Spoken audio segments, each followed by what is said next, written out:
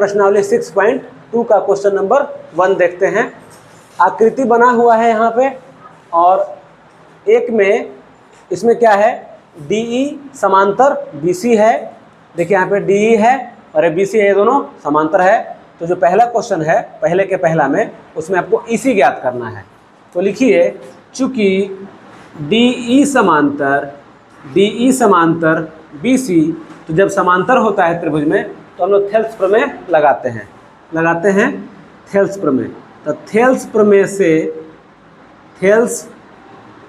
से क्या हो जाएगा, तो थेल्स प्रमेय में ये दिया हुआ है कि आपका AD और DB का अनुपात और AE और EC का अनुपात बराबर होता है, यानी AD बटा DB बराबर AE बटा EC। जो वैल्यू दिया हुआ है, देखिए AD का मान 1.5 दिया हुआ है, यहाँ पे लिख दो 1.5 बटा में DB कितना है 3 सेंटीमीटर बराबर AE कितना है, तो AE देखिए यहाँ पे 1 सेंटीमीटर दिया हुआ है, तो आपका 1 हो गया, और बटा में EC यही निकालना है, तो हम लिख दिए EC। अब क्रॉस मल्टीप्लाई कर दो, EC चला जाएगा यहाँ और इसको यहाँ से हटाएंगे तो चला जाएगा नीचे। ध्यान देना यहाँ पे क्या हम कर रहे हैं, EC को यहाँ से इधर लेके आएंगे तो चूंकि बट्टा में है ऊपर आ जाएगा, और इधर से जब इन दोनों को हम हटाएंगे तो 3 बट्टा में है तो ऊपर इधर आएगा 1 के साथ गुणा में, और 1.5 जो है वो बट्टा में, यानी 1 गुणा 3 और बट्टा में 1.5। जब तुम दशमलव हटाओगे तो क्या हो जाएगा, दशमलव हटाइएगा तो यहाँ पे 10 का गुणा होगा। अब काट दीजिए, अब इसको काट दो। कैसे काटोगे, तो 3 को काटो 3 को और 15 को, 5 या 15 5 बार में, और फिर 5 को काट दो इससे 10 से, तो कितना आ जाएगा 2 बार में। ठीक है, तो आपका क्या बना, आंसर आ गया EC बराबर 2। तो 2 सेंटीमीटर आपका आंसर आ गया। 1 नंबर में क्वेश्चन बोर्ड एग्जाम में पूछता है, सीधे वैसा 1 नंबर का क्वेश्चन से पूछता। तो प्रश्नावली 6.2 का कल हम लोगों ने पहला क्वेश्चन देख लिया था। अब दूसरा, इसमें क्या है, DE समांतर BC है और 2 में, यानी पहले के दूसरा में AD ज्ञात करना है। प्रश्न बिल्कुल वैसा ही है। इसमें क्या दिया हुआ है, तो जो दिया हुआ है पहले हम उसको लेकर के चलेंगे। तो यहाँ पे हमारे पास दिया हुआ है DE समांतर BC।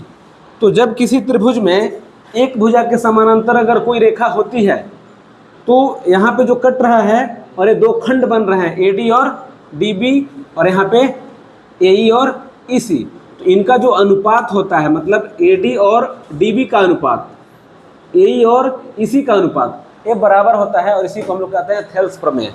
तो हम यहाँ पे लिख सकते हैं थेल्स प्रमेय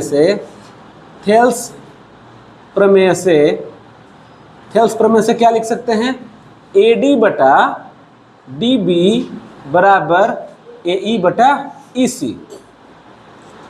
चूंकि DE समांतर BC है, इसीलिए थेल्स प्रमेय से क्या हो जाएगा, AD बटा DB बराबर AE बटा EC। अब सब वैल्यू जो तुम्हारे पास दिया हुआ है उसको रख देना है। तो AD मुझे ज्ञात करना है, AD को चुपचाप AD ही छोड़ देना है, यहाँ पे AD लिख दिए। अच्छा, हमारे पास क्या है, DB यहाँ पे 7.2, हमने इसके बट्टा में लिखा 7.2, बराबर में देखो AE है, यहाँ पे AE बटा EC, तो AE है 1.8, तो 1.8 यहाँ पे लिख दिए। अच्छा, उसके बाद EC 5.4। अब जब AD ज्ञात करना है तो जो बटा में 7.2 है इसका क्रॉस मल्टीप्लाई करेंगे, इधर चला जाएगा, यानी AD बराबर 1.8 और बटा में 5.4, और इसको हम लोगों ने जब इधर लेके जाएंगे तो यहाँ गुना में हो जाएगा 7.2।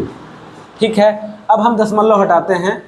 तो जब इस दशमलव को हटाओगे, जब तुम हटाओगे तो क्या हो जाएगा, नीचे 10 का गुणा करना पड़ेगा। ठीक है, और अगर इसको हटाओगे तो ऊपर 10 का गुणा करना पड़ेगा। ठीक है, इस दशमलव को अभी छोड़ दे रहे हैं, इसकी आवश्यकता हटाने की नहीं है।